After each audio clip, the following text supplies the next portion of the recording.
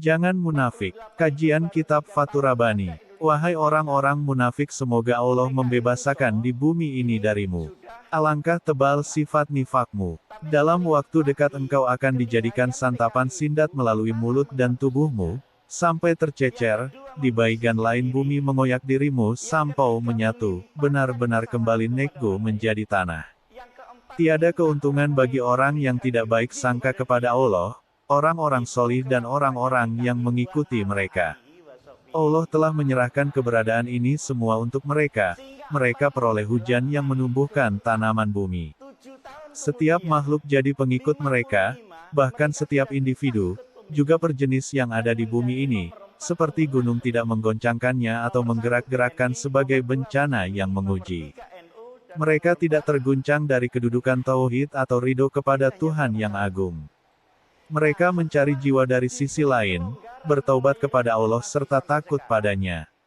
Sadarilah akan dosa-dosamu, dan taramu dan dia, berendah di hadapannya, berlaku sopan di hadapannya seperti orang-orang terdahulu. Engkau jangan hina ucapan-ucapan ahli hukum dan ulama, karena bicara mereka bisa menjadi terapi obat, sedang rancangan kalimatnya sebagai buah.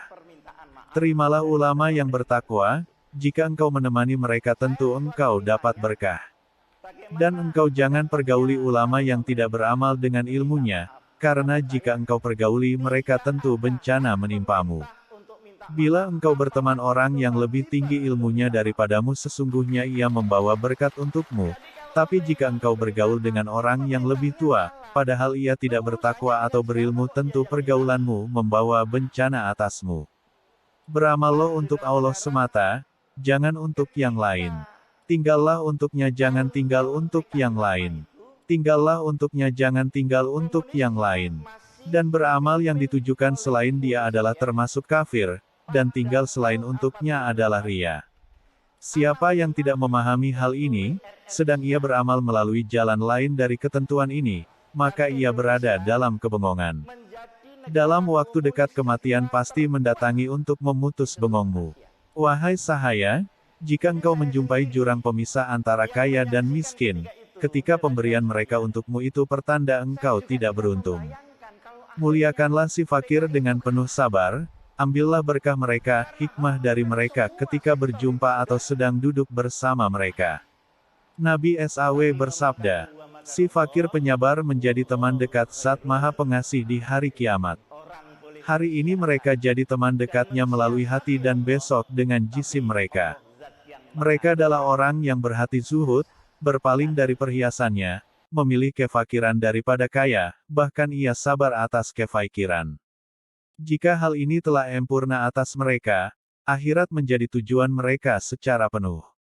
Wahai sahaya, engkau beramal untuk Allah, tentu Dia menyuburkan tanamanmu, mengalirkan sungaimu, mempersubur daun, ranting-ranting serta membuahkan pohon yang engkau punya. Berperintahlah dengan ma'ruf, cegah yang munkar dan tolonglah agama Allah, tradisikan kebenaran-kebenaran di dalam agama Allah dan bersedekah suatu kebaikan untuknya, niscaya sedekahmu terkekalkan, baik secara sembunyi atau terang, secara rahasia atau dalam kesempitan, dalam kemiskinan atau dalam kemewahan. Carilah kebutuhanmu dari Allah bukan dari makhluknya. Kalaupun terpaksa dari makhluk, maka tenangkan hatimu bersama Allah, karena Dia pengilham untuk mencari keberadaan itu, dari satu arah ke arah lain.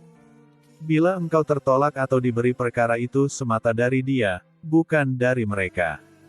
Berkayalah atas setiap apapun dari keutamaan Allah, kedekatan dengannya serta ilmunya.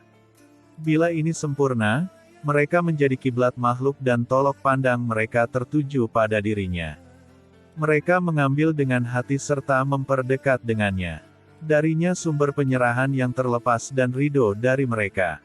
Dari sebagian ulama berkata, di antara hamba Allah yang paling sempurna adalah orang yang meyakini penghambaannya untuknya semata. Jadi penghambaannya itu bukan berdasar mencari dunia atau akhirat. Mereka hanya mencari Dia semata, tidak yang lain. Wahai Allah, tunjukkan segala makhluk ini pada pintumu selamanya, pohonku dan perkara-perkara ini kutujukan padamu. Sesungguhnya Allah memperlakukan terhadap hamba menurut kehendaknya.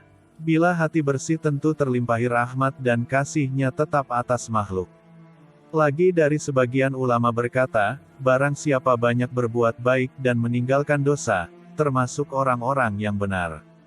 Orang yang benar itu bisa meninggalkan dosa besar atau kecil, lalu memperhalus sikap waradotnya, yaitu meninggalkan keinginan-keinginan, baik yang diperbolehkan, atau berupa syahwat sebaliknya mencari perkara halal yang mutlak. Orang yang benar, sidik, tidak henti-hentinya mengagungkan asma Allah siang dan malam. Ia membakar pengembalian manusia yang berlaku, maka tradisi itu pun pasti terbakar. Ia diberi rizki tanpa batas. Juga ia pun tahu bahwa sabar salah satu bentuk pengobat hati dan menjadi sebab kejernihan dan kedekatan dengan Tuhan. Kebaikan mendatanginya setelah olah batin ini. Karena olah batin itu hakikatnya menjadi jelas bagi orang beriman dengan orang munafik, antara pengesa Allah dengan pemusyrik, antara pembenar dan pendusta, antara pecinta dan pembenci, dan antara pengikut dengan pembitah. Dengarlah kata ulama ini, jadilah engkau di dunia seperti orang yang membalut lukanya, sabar atas pahitnya obat, serta penuh harap atas kelenyapan dosa. Setiap coba dan sakit pasti berkait dengan makhluk.